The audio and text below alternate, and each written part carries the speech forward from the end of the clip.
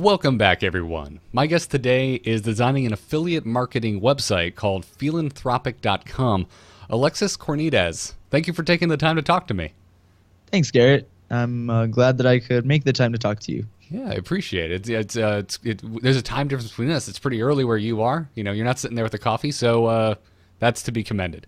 Yeah, I try to stay away from coffee because I know that I'm going to need it later on, so I want to save the strength. Oh, okay. Really? So you're strategically abstaining for the moment. Exactly. Okay. All right. Nice. Well, tell me about philanthropic.com. What exactly is it? Okay, so Philanthropic is a platform for these social responsible companies that are starting up. So you see Tom's is a really big one. So they have the buy one, give one. On their shoes it started, and then it went on to the water they're giving, and then also glasses. So I just thought, I would love to make one of these companies my own, do something where you buy one, give one. But then I came up with this great idea of, well, what if there was a place where one person can go to one website and find a T-shirt that does, some type of social responsible impact, but then also this other company has shoes, and this one has a watch, and this one has. So now you're not just helping one cause, now you're helping many causes, all in one place. So yeah, that's why I kind of started this idea of Philanthropic. And right now it's just an affiliate marketing site. So it's none of it is inventory or anything like that. I'm just marketing for these companies. But where I would like to go is to actually make a platform where people could go and shop right on the store and be an e-commerce store for these companies. So. Oh, fantastic. So what kind of research did you have to do to get into this? Because I hear folks asking me all the time about specifically what you were doing, which is affiliate marketing and how that works. So what kind of research did you do? And tell me a little bit about how the affiliate marketing works. Okay, yeah. So I did no more than your normal average Joe would do with Google. So it's pretty powerful how all the tools that we have nowadays. And I just Google searched affiliate marketing because I had heard about it from some of my advisors here at Arrowhead Center, and wanted to look into it more. And what I found out was affiliate marketing is actually super simple. So all you have to do is create this website. You put up products, and you just become a marketer for them. And the way that it works is they click through your website, and then you use a specific tag. So then anything that they buy is 10% commission for the affiliate marketer. So, and I thought, wow, this is great, but I have no experience in designing websites. So now I'm gonna have to go create this super ridiculously expensive website, or I'm gonna have to code so much. So then that came the second part, was researching how to design a website, and once again, actually super simple. So I just watched a YouTube video for like 2 hours, followed it step by step, and within an hour and a half I had a domain, so where you go and buy your actual .com name. Yeah. And then I just got a WordPress site. So WordPress is very user friendly. Especially if you know the basics of code, like a little bit of HTML, nothing too crazy. And like I said, a YouTube video helped me through it. I just followed the video, found a theme. So there's different types of themes that you could use, and you could even download templates on and upload them right onto your website and just edit and change everything. So then after that, I was like, awesome, wow, I've created this website in 2 hours, where people would think that this would take months of preparation, things like that. Of course, it's not completely finished because I want to polish it and refurbish it and make it perfect, but it was definitely a lot easier than intended.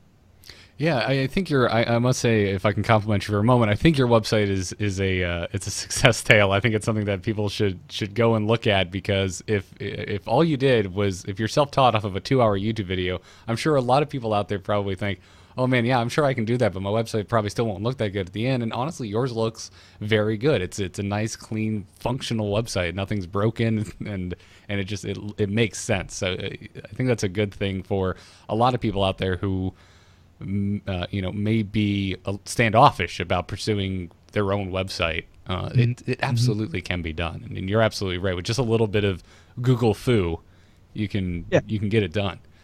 Yeah, definitely. And like I said, with tools nowadays, everything is very upfront, straightforward, right there. If you just Google how to do anything, I'm sure you could probably find how to do it. So yeah.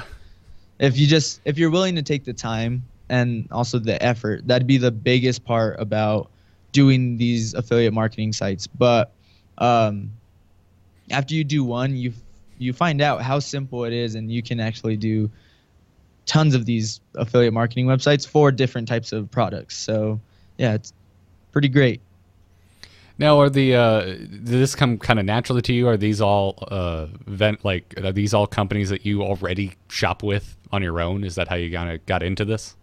So Tom's was the really big one, and Right. it was actually my fiance. She loved Tom's. I had never heard about it, but we were in Austin, Texas, and they had a Tom's store. And I was like, wow, this is great. I love their cause. I love their product. So then I started researching if there are other types of companies like this. And what I found was yes, but people don't know about them, right? Because Tom's is kind of the big one. It's a shining star in that sector. But once again, a Google search of, social responsible products and companies, and I came up with dozens of these. So there was one that I found that they're watchmakers, and they plant. So it's a wooden watch, and they plant a tree for every watch, or 10 trees for every watch that you buy. And I was like, trees, yeah, that's awesome. Trees create oxygen. That's pretty important, because we can't do anything without oxygen. So just anything like that. So I found another one that was called Sevenly, where they donate 7% of all profits to different causes. So they have a literature shirt, which would go to literacy in Africa, or like they'd be donating books and things like that. So just kind of found all of these on Google once again, and said, this is exactly what I need. This is what I'm looking for. So this is where I'm going to start. And I just started with four vendors, four companies that I really, really liked. And I liked their story. Looked up if they had an affiliate marketing, like a partner program. Yeah, a partner program. There you go. The program for it. So then that they're actually enrolled. So then you can use them in your website, and so on and so forth. All right. Now it's obviously, if they're on your website, they have an affiliate program. Are all of the affiliate programs a flat 10% basically commission? So yes, basically it's flat out 10%. Of course, if the company wants to do more, they can, but 10% is usually what everybody does.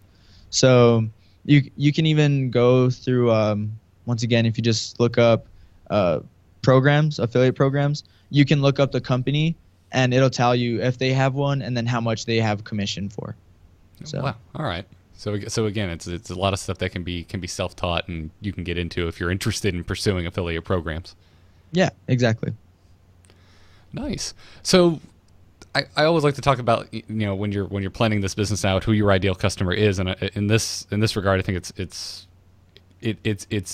interesting. It's almost more complicated, but not, because you're just pulling resources from other existing companies into kind of a one-stop shop.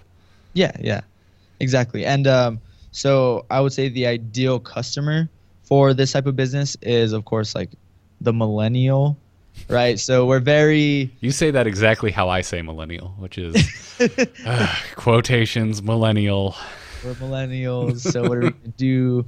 But we're very, once again, socially responsible. So we're all about the cause of a product now instead of what the product is. So as long as there's a really good cause behind it, we're definitely willing to get behind that product and support it, especially because of how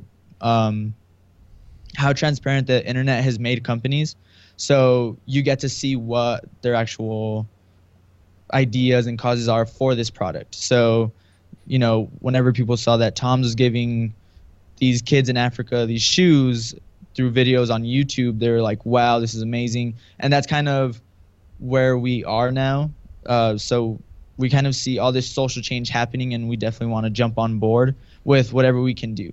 So that was one of my main goals, was to just do my part in helping these companies grow and helping the better of humanity and everything. So all I hope for is that other people want to do their part just by buying a t-shirt, which is very simple, and they can help literacy in Africa, or buy some shoes and give a child in Africa some shoes. Just give and take. So right. So talking more about the structure of your website and kind of the end goal, because you are still in the building stages. Kind of what's your goal from here on out? Do you because like my mind starts to run away with it, where I could see it'd be interesting to have a site like this where you can come to it, and it literally is a one-stop shop. If I'm not sure there are enough give one take one companies out there, but say I need a shirt, I need pants, I need shoes, I need a watch, and I can go to your site and just start shopping for shirts, and I can have filters as if it's an Amazon marketplace, shirts, men, athletic, and bam, there's a bunch of options from multiple different sources. Mm-hmm. Yeah, so right now that's kind of the daunting task that comes with going through my website, is that every time that you click through one of these websites, it takes you to theirs, and then you have to shop, and then if you want to go buy another product, you have to go back to my website and then go through. But my main goal would to be exactly that, is to make an e-commerce website where it is a one-stop shop, and you just go, add to your cart shoes, a shirt, and some sunglasses, and then you just pay right there. So that's the main goal. The only thing with that is then I have to start having inventory of these products. So it gets a little more expensive on my side. So that's why right now the best thing is the affiliate marketing program. Great. And I like that. What I'm noticing with your story in particular, it seems you've really gone at it. You just started it, and you've gone piece by piece. You don't know how to do something, you learn how to do it. Cool, that's done. You move on to the next thing. Yeah. What was the most recent kind of wall you hit that you had to kind of overcome? Was it building the website, or was there something after that? So building the website was definitely kind of that very first speed bump in the road, I would say. But then after that, I guess it's one of the very big things is time.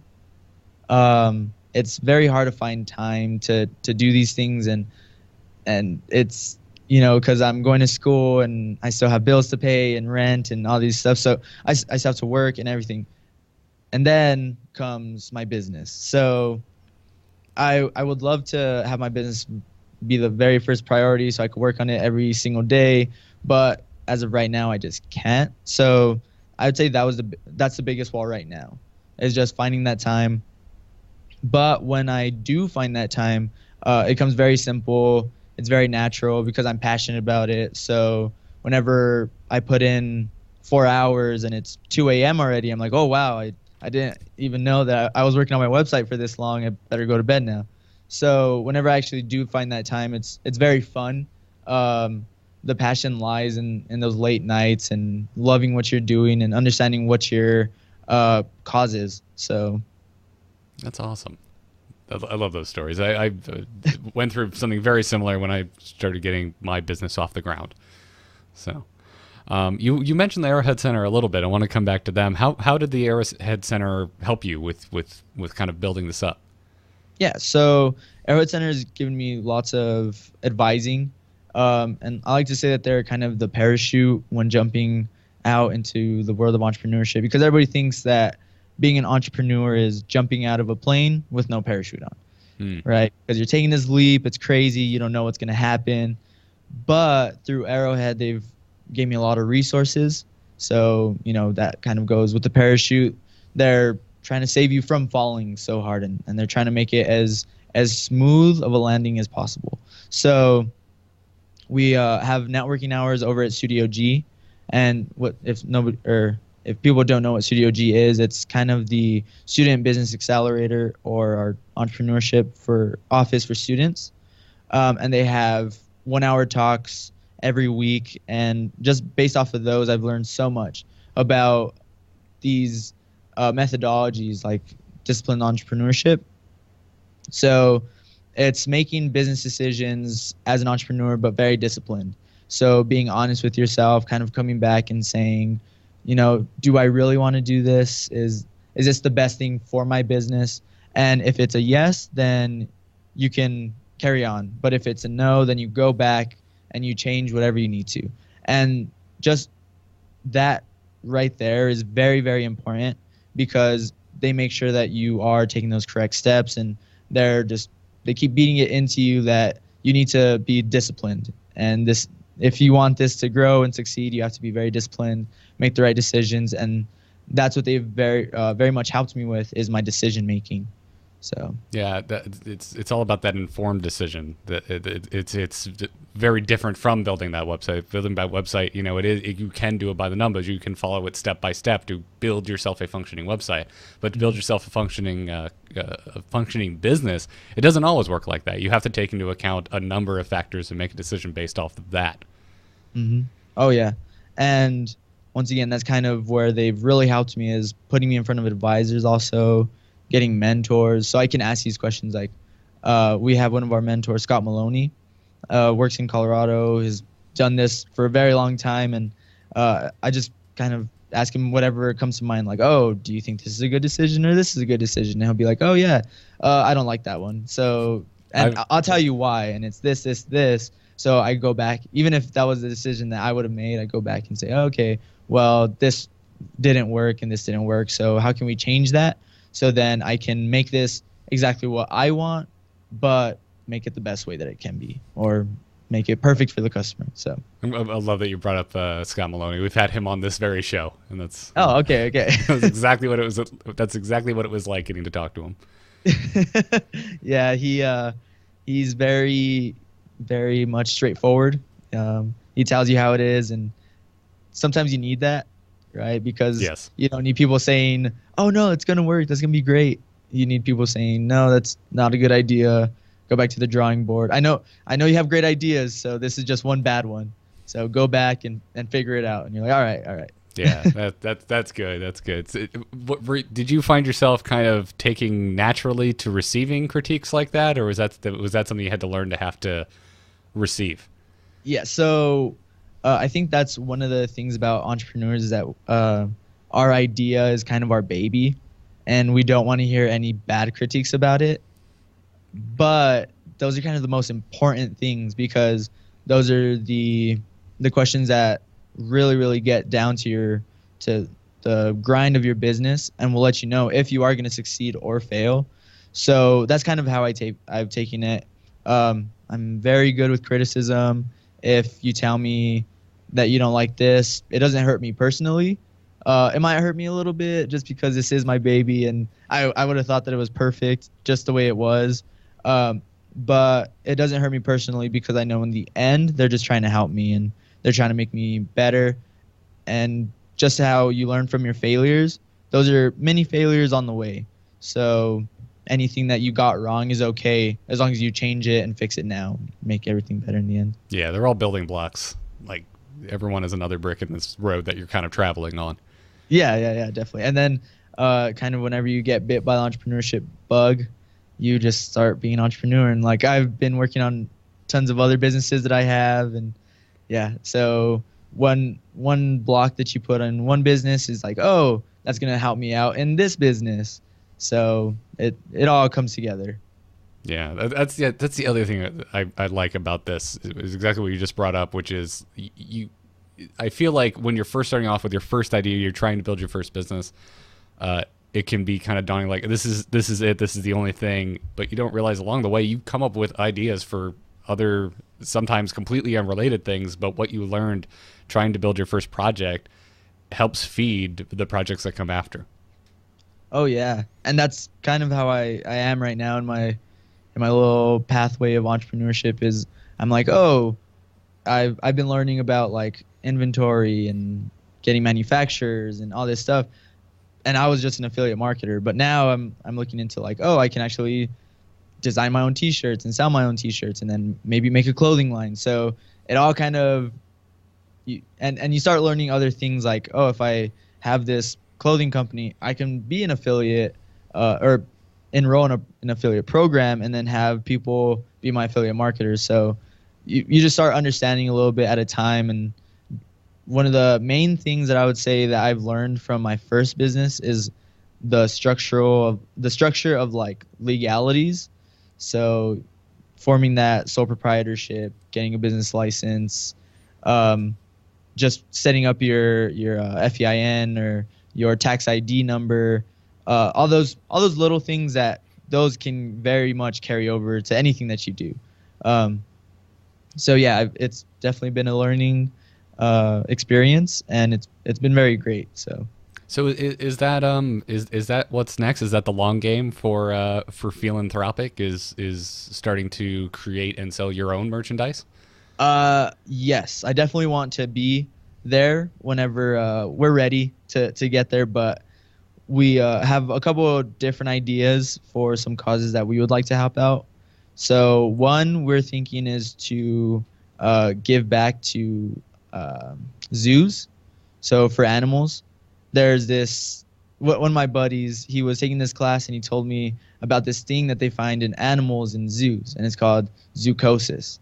So it's where animals get like bored, and there's like a lot of symptoms of depression and all that stuff. And it's just based off of them not having their natural instincts kick in. So they're not hunting for food or anything like that. So they're just kind of getting fed. But if zoos had more money to help them, they could kind of get those instincts kicked back up. So then they like put their food in places, or they have to like do things for it. So then it starts getting them back to normal, make them feel better. So we're thinking about making a clothing line called Zoochosis, and just having like the different animals and stuff on your T-shirts, and maybe like really cool print and stuff. So yeah. I could definitely see where with building this affiliate website that you have built, where it can, your brain can kind of always be running, that you're getting inspired constantly, that not only are you learning about maybe merchandise that people would just like to buy, but you're also learning about causes that you would like to help. Oh yeah, and then especially just coming across one of them that you're like, oh, I could definitely do my part in helping this. So right, exactly. So that's got to be a good feeling. Well, Alexis, thank you so much for your time today. I had a great time talking with you. Before you go, where all can everyone find your work and Philanthropic? So if you just go to philanthropic.com or Google Philanthropic, we are the very first Philanthropic. So we'll be the very first page that pops up. No SEO required, no search engine optimization, no keywords, nothing. We're just the very first ones. And it's the only thing about the name is that it's a little hard to spell, because people might think it's philanthropic, like PHIL. Yeah. So or that there's a G on the end. Yeah. So we'll have to work on that side of the SEO. But as of right now, just if you look up the website, it's up. It's going to be restructured in the next couple of weeks. We're just changing a couple things, and then we're going to start, publishing it and really going forward with it and doing our social media marketing and all that stuff. Well, fantastic. Everyone definitely go check it out. Again, it is philanthropic.com. That is FEELINthropic.com. Alexis, thank you again. And everyone, until next time, have a great one. Thank you.